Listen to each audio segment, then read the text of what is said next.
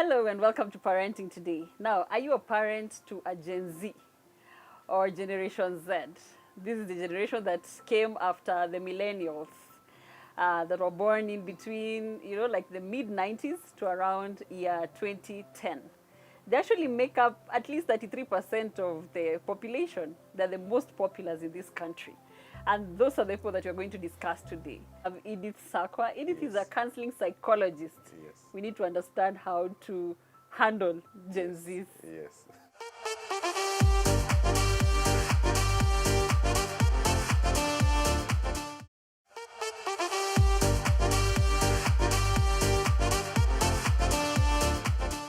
Welcome back. You're watching Parenting Today. On this episode, we're talking about Generation Z. Gen Z, that's what we call them. We are going to learn more about that from our counseling psychologist, Edith Sakwa, who has just joined us. Edith, should I apologize to my child when I'm wrong? Okay, so based on what the parents have been talking, I just want to pick from there. Yes. I would say it's important to apologize when you're wrong. Because one thing that parents assume that they're always right. But again, remember that when you look at home is the setup where children learn values. So if you really want your child to learn the value of respect, value of asking for forgiveness, then you have to show it, you model. So the issue is not every time they do something, you're the one running to apologize. No, you need to set your standard as a parent. But again, you're showing these children, even me as a parent, I can be wrong. And it becomes easier for the child to also apologize to other children and even to the parents. Yes. I asked that because this Gen Z, Yes. This Generation Z is a generation that expects that. I think they're very open with their parents. Yeah. Tell me about that, like in your profession and, parents, I'm sure so many parents have come to you Yes. for direction, like how do we handle these kids? So what are some of the cases that, or other challenges that you've been receiving about Generation Z? Okay, maybe before I talk about the challenges, it's good to draw the picture. Okay. Who are these people? Yes. Because when we understand exactly who they are, we'll know how to come in and support them. So this is a unique group, a unique population, and you find that as now the Generation Y, we are in a different group. Our life was quite different. These are digital children. We say they were born with smartphones and tablets in their arm. So that is the world. This is a child who has a lot of information. This is a child who wants immediate gratification. They're very creative. They think of jobs that don't even exist. So for you as a parent, you want to talk to your child about being a doctor, being a teacher, being a nurse. To them, they're thinking of jobs that you've never had. They're not here, but those jobs will come. Who knew that one day people will be making money through content creation? But then they have those ideas that we don't know. So that is a very special group that as parents, it is very important to bring ourselves to that level of trying to understand where they're coming from. I've seen many parents come and say they have an issue with screen time with their children. So they try to hide all the gadgets in the house. You'll do that as a parent. But remember, the child will still access through other means, through the neighbors. Would you go around telling all the neighbors, please, in my house, I don't want to use this. So you also have to keep it. So the most important thing is, first as a parent, because I think most parents are sharing challenges that children are facing. But now when you look back, or I want to bring a different shift to this parenting thing, especially concerning this special group, is number one, yes, you are a parent, you want to parent a child. Who are you first as a parent? Have you parented yourself? Because we are coming with many unfinished things. And when you ask a parent, why do you think it's wrong to apologize? Even the reaction, it can tell you that it is coming from a certain level, from emotional pains that are, so it is eliciting some form of emotions. It's not just sitaki kusema pole, it is coming from a certain place of discomfort, a certain place of pain. So for me, I would say this, yes, this is a unique group. But one thing you can do to even understand them is first to look at yourself. You as a parent, are you able to raise a child if you cannot raise yourself? Can you grow a child if you've not grown? Because we are two different things. There is Edith, the adult, and there is Edith, the inner child. Where is my inner child? Maybe growing up, I went through so much trauma with my parents, and I got stuck at 8 years. So the person who will be pulling me behind in terms of parenting is my 8-year-old inner child. But I want my child to be, I'm taking my child on another track as an adult Edith. So yes, understand where you are. Most of the time, our strategies or our approaches are coming from our fears as parents. For example, I have a daughter in boarding school. I struggled allowing her to go to boarding because of the experience I had, you see. But I came to understand that it is not about the school. It is about my brokenness, what I went through growing up as a child. So what are your fears? Those are things you need to ask yourself. What are your desires? If I wanted to be a doctor, should I fulfill that desire through my child? If I have needs that were never met by my parents, do I want to meet my needs? Because maybe, for example, if you had a child in your house and then there are visitors, then you say, come say hi to the visitors, smile to the visitors. You see, that is for you, you think, you know, it is a good thing, yes, to be open, you're welcoming. Yes, to but have those social graces. To have those, yes. But why enforce them when the visitors are there? If she does that when the visitors are not there, is it okay for you?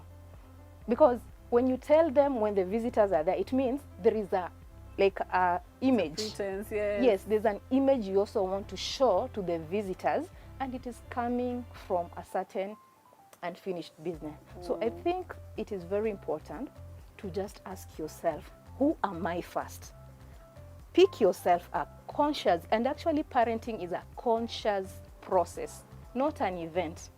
Conscious meaning you're mindful of every step, everything you do. It is not a set of strategies, because what works for me cannot work for the couple. The children are different. They're in the different background.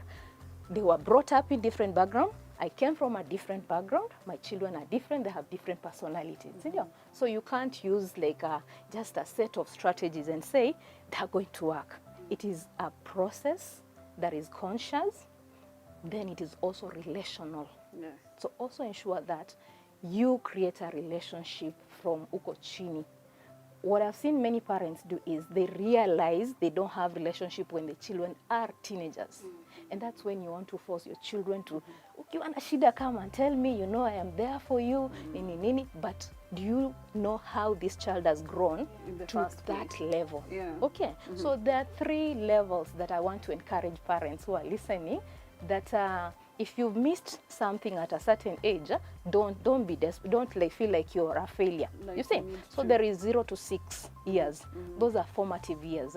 Very important. Those are the years where the values are instilled. But again, if you've missed that stage, there is the 7 to 12. Yeah? From 7 to 12, there is 13 to 23.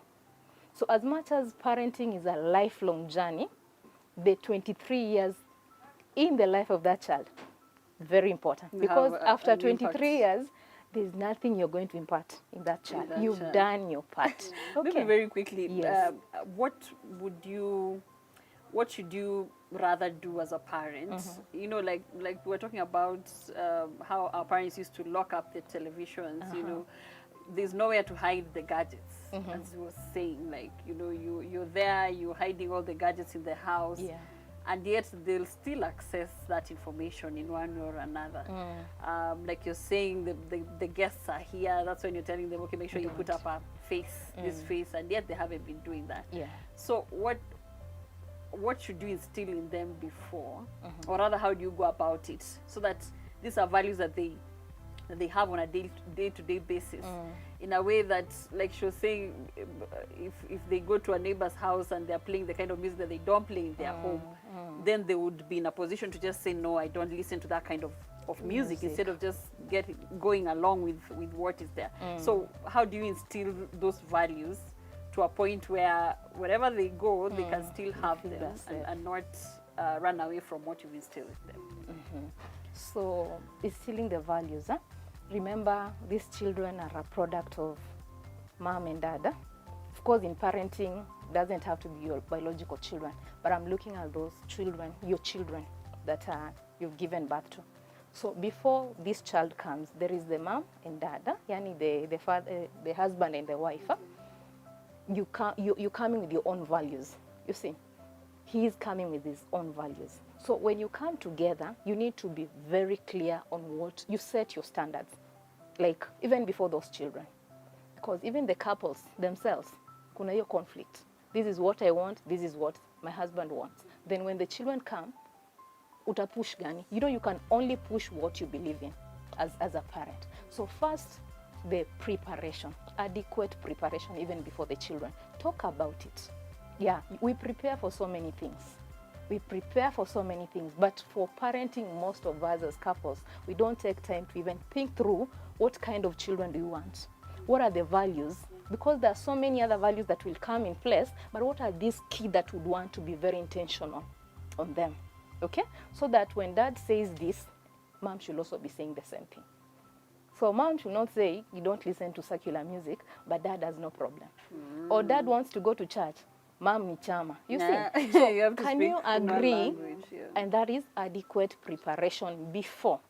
Number two, effective decision. Have reflective decisions. Think through the decisions that you're making concerning these children. Do you have monitoring, like in a company, there are tools to monitor and evaluate. So what are you agreeing that these are going to be our strategies to evaluate, to keep on reminding them, so that when they're out of our space, we assure the children are safe. Yes. They can stand and say, kwetu, we don't listen to that music. And if you don't want to change me, I'm going home. You see, because it's not because mommy will get me listening, it's because it is wrong. So what I'm saying is that first, you as a couple, plan ahead. What are the things that you want to instill in these children? Then when the children come, you'll be patient with the children. Because for you as a parent, remember there are things that you've struggled learning. Yeah? Even to do with communication, we are still struggling with our own couples. But you expect your child that because you've taught them to communicate well, anze tu. You see? So you just keep on encouraging them. But the best way to instill a value is to do it yourself. They learn better when they see in the natural setup. Yes. The last one, that we're going to do it so fast that we get to their questions. Okay. How can parents in maybe in the millennial generation now adjust to raising Gen Zs? So now the parents, either Generation X or Generation Y, who have millennials. If you're talking to a parent out there and they have a Gen Z and they just don't know how to go about it, how to parent them, what are some of the adjustments that they need to make in their lives to be able to handle them? Okay. The first thing is to allow yourself to learn, because if you're not ready to learn, you're not ready to parent. So just accept that there's some gaps. There are things that I don't understand as a parent. You can't be like know it all. So willing to learn. Number two, you also need to be adaptive. Like, these are the strategies I've been using to bring up my children. Like, if you have different generation, maybe the first generation, it worked. But now there's a different generation in the house. Are you flexible enough to adapt to different approaches? Yes. So that you don't say, kwetu, ama, this is how we've been doing it for the past 5 years. So you can't change because that worked for you. So be flexible enough. Another thing is, which I'll still emphasize, is self-awareness. Self-awareness is just concentrate on working on yourself. Work on yourself, love yourself, be there for yourself, so that you cannot give from an empty self. And when you are aware of where you are as a person, you'll process those unfinished things. Because most of the time we are imposing things to our children because because of our own brokenness. Inadequacy, Yes. So that will be very important. First, to work on yourself. on yourself, Yes, yes. and then focus on the children. Wow, I think that's like my biggest takeout. And now to you, Mr. Boniface and Mary, if you have any questions for the counseling psychologist, you go ahead and ask them. I have this question that is burning. As a parent, how do you balance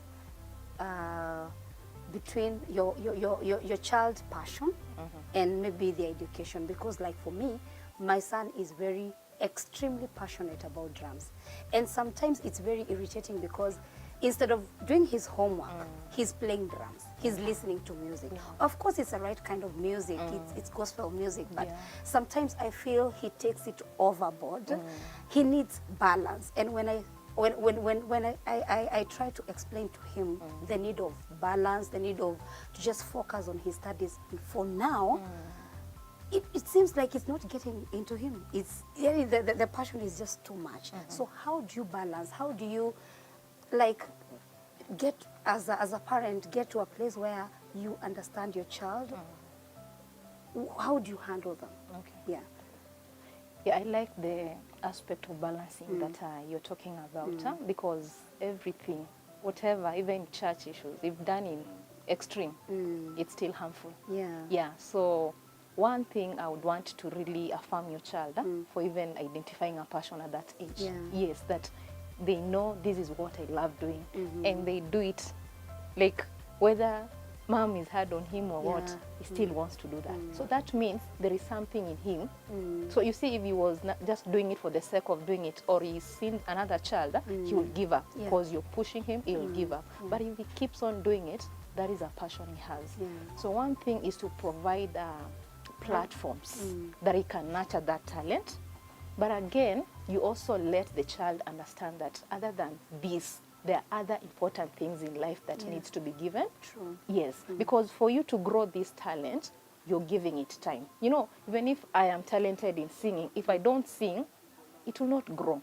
So the way you're giving it time, you also need to give time to education and let the child understand why education is important. And as we've talked about this generation, they're very creative, and most of them, they don't even see the need of education because they know they can use their talents and become what they want in life. Yeah. So, and they're watching, they have seen people. The other day, my son was telling me, you know, he's a footballer. Yeah. He's a dropout. So he's relating with people that didn't even, but they have succeeded in their career. So you give them different perspectives. Yes, maybe they dropped in school, but you don't know under what circumstance that has made them to prosper or become who they have become, you see. So let them understand, but again, also you can set limits. That yes, between Monday and maybe Friday, you have to focus on your studies. If you want time to go for practice on Saturday in church, you need to set like a limit. Yeah. Let the behaviors that you desire to see in this child be clear to you. Then also set the consequences. Because if from Monday to Friday, it's not vitabu, you just want to play drums, what are the consequences? Yeah. So don't just say these are the consequences and you don't follow through the consequences. If they really love they have that passion, they'll do what is supposed to be done so that they get time to go for practice. Yeah, it's about balancing. I think I have a question that aligns to something close to what she's mentioned, but maybe from a mental point of view. Yes. I'm sure you've seen the prevalence of issues of mental wellness in teenagers, and it seems like we are raising a generation that is the most emotionally fragile. True. So how do you, and with issues like cyberbullying and the media engagement, a child needs a certain emotional strength to survive that kind of pressure. So what are some of the things you would suggest that a parent can help to help their child to build a certain emotional tenacity to survive bullying, to survive cyberbullying, and all these kinds of emotional pressures? Yeah, that's a good question. Yeah, because you find that mental health issues are on the rise with that age. And it's because of their overexposure to the media. And you see them being too much in the media, it even prevents them from learning social skills. Because now they're able to engage online, but if they get their friends, they're not able to like engage. They have no social skills. And you know, social skills are very important because it is the skills that are going to help you know that I need to be assertive. I need to make a decision not to engage this stranger. I need to be open with my mom or my dad and tell there's someone that has sent me a friend request, or he's asked me to send a photo. And there's so, other than the cyberbullying, there's so many forms of offenses that are happening on the social platform. You find some children are being, like they're told to send their photos, and then they use the photos now. Tell your parents, do what. Yeah? So the children are giving a lot of information because of the fear. So maybe it is very important for us to ensure that you teach social skills. Social skills are very important because they'll not get the skills from the media. Okay? And then let them understand what is mental health. Because not even the children alone, even most of adults are struggling with mental health issues, and they can't tell the difference. We normalize mental health challenges and say it is normal to behave like this. It is normal for daddy to tell mommy like this. Kumbe it is an abuse that is going to cause a mental health issue. So sensitize the children on what mental health is, so that when they have some symptoms, you're able to support them. And another thing about mental health is if you as a parent understand the impact of mental health on the child, don't shy away and feel if I seek help, I look like a failure as a parent. Because many parents, you know the way parents used to hide children born with disability, nowadays we hide our children who have mental health issues. So if you let them understand that this is an issue that can be sorted, we can do it as parents, we can talk, they'll be able to bring it up as early as possible. Yes. Well, thank you so much. That was very insightful. Thank you so much for sharing that. You've pointed the arrow to us as parents, like back to us. The responsibility lies with us, and we need to work on us to be able to raise Generation Z, Gen Z, and others are coming up, Gen Alpha. We'll talk about them some other time. This has been Parenting Today. Thank you so much for watching. My name is Rebecca Miruri Mulure. Welcome to Tile and Carpet, where we deal with everything you would need at home, in the office, restaurant, and hotels. We offer solutions to all your needs. We have a wide range of roofing solutions, tiles, sanitary furnishing, and interiors. We have exquisite furniture, elaborate dining sets, and classic comfy beds. Our prices are affordable across board. Feel free to visit us in any of our different branches in Mombasa, Kisumu, and Nairobi. We also do site visits and offer clients with professional advice. You can reach us on this number for the site visit.